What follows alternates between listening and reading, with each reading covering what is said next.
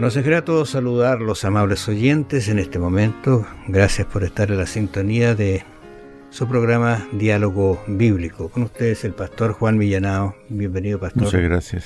Y gracias por acompañarnos en estas audiciones. ¿Y quién les habla? Raúl Medina.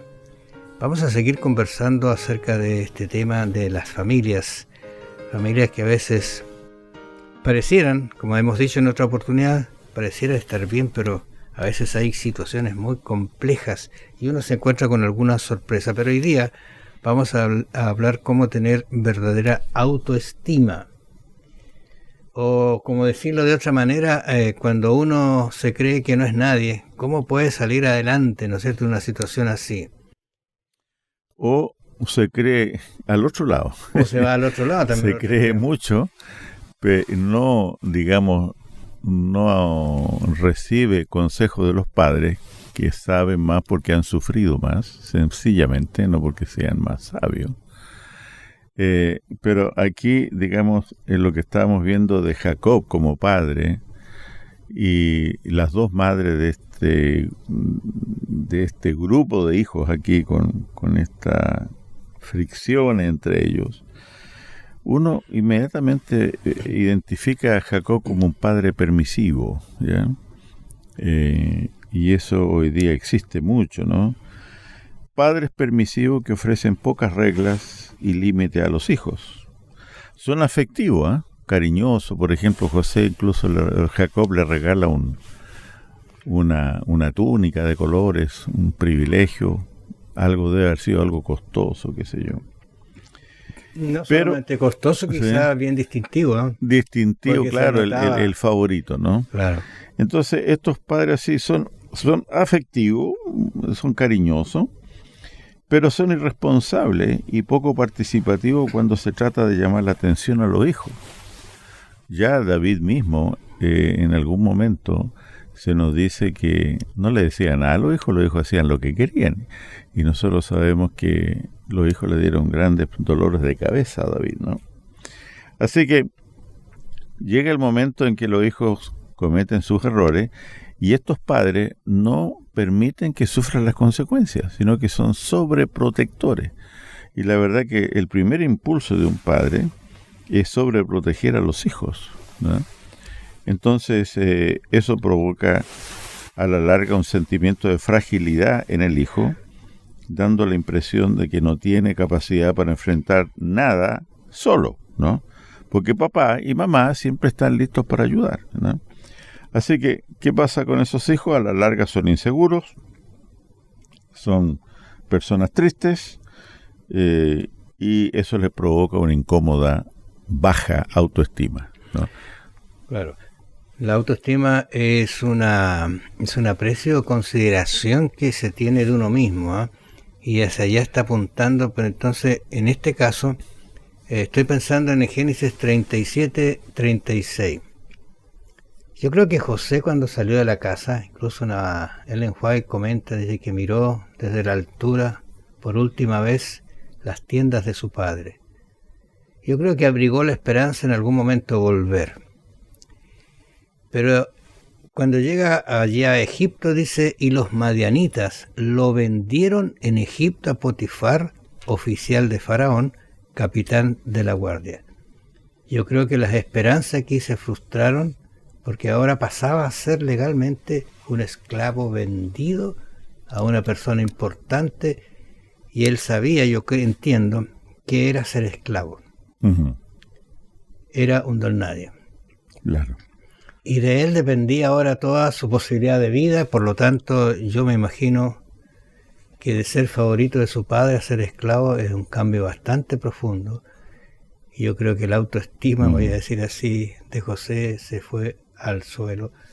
Y me imagino que ese primer día que llegó allí, que comenzaron a darle órdenes y hacerlo trabajar, creo que más de una lágrima te haber aparecido. Ahora lo interesante es que por el relato bíblico parece que José siempre tuvo presente que su verdadero valor dependía de Dios y no dependía de su nuevo amo, por ejemplo, que era Potifar, ni tampoco dependía del rol o función que en ese momento circunstancialmente él desempeñaba, que era ser esclavo, quizás hacer aseo, no sé qué cosas hacía ahí, pero José nunca estuvo determinado ni por su función, ni por lo que otros lo valoraran, sino que la estima de José se fundamentó en lo que Dios es y en lo que Dios era para él. Y eso es muy importante, críticamente importante. Ahora, lo interesante en el caso de José, yo creo que todo esto que hemos dicho es verdad, pero él se miraba con un valor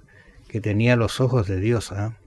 Y ese le valió él para mantenerse en un lineamiento de pureza, un lineamiento de cristiano, voy a decir así, aunque la palabra esa no entre en esa época, pero sí la entendemos nosotros.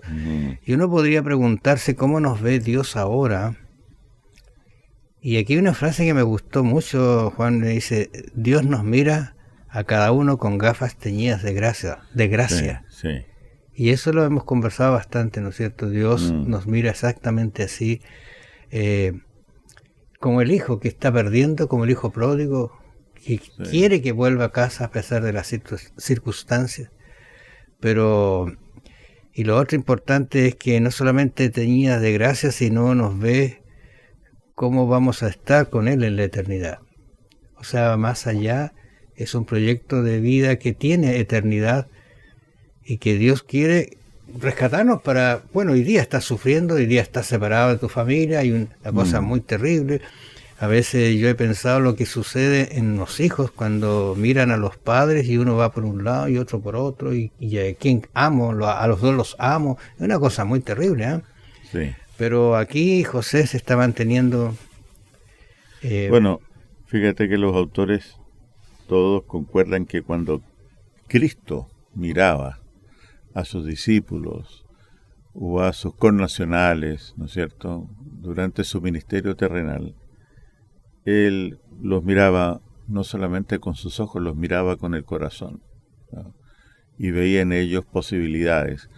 No dejaba de mencionar su pecaminosidad, pero no los dejaba ahí, sino que también les mostraba cómo estaba disponible su gracia y el gran valor que Él le atribuía a descastados, a prostitutas y todo ese tipo de personas que nadie daba un peso por ellos. El Señor, cuando se reunía con ellos, incluso para comer, elevaba la dignidad al punto de ser criaturas de Dios, ¿no?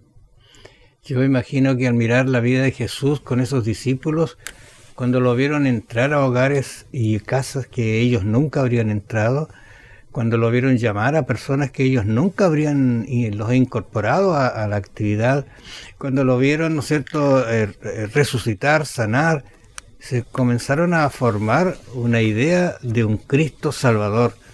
Pero les costó a ellos realmente, ¿eh? Les costó. Incluso Juan los ve todavía, San Juan en el último capítulo los ve pescando otra vez, o sea, volviendo a hacer lo mismo. Pero cómo los restituyó, cómo los redimió Dios y los sacó. Y Dios nos dice: no temas, porque yo te redimí, te puse nombre, mío eres tú. Isaías 43:1. Y fíjate que volviendo al tema de la autoestima, que estamos viendo, analizando la verdadera autoestima, hay muchas personas, mucho consejo, mucho profesional, mucho libro que nos dicen que nos amemos tal como somos y nos aceptemos sin crítica, ¿verdad? Pero realmente el Señor nos muestra en el Evangelio ese equilibrio, nos muestra nuestra pecaminosidad, pero también nos muestra nuestro valor que tenemos ante el cielo y cómo Dios vació el cielo en la persona de Cristo en la cruz para darnos una salida, darnos la gracia y su perdón. Quizás hay un muchacho, un joven que está pasando una situación muy similar a la de José, pero Jesús nos dice en 1 Juan 3:1, mirad cuál amor nos ha dado el Padre para que seamos llamados hijos de Dios. Que el Señor los bendiga, nos vamos a encontrar mañana.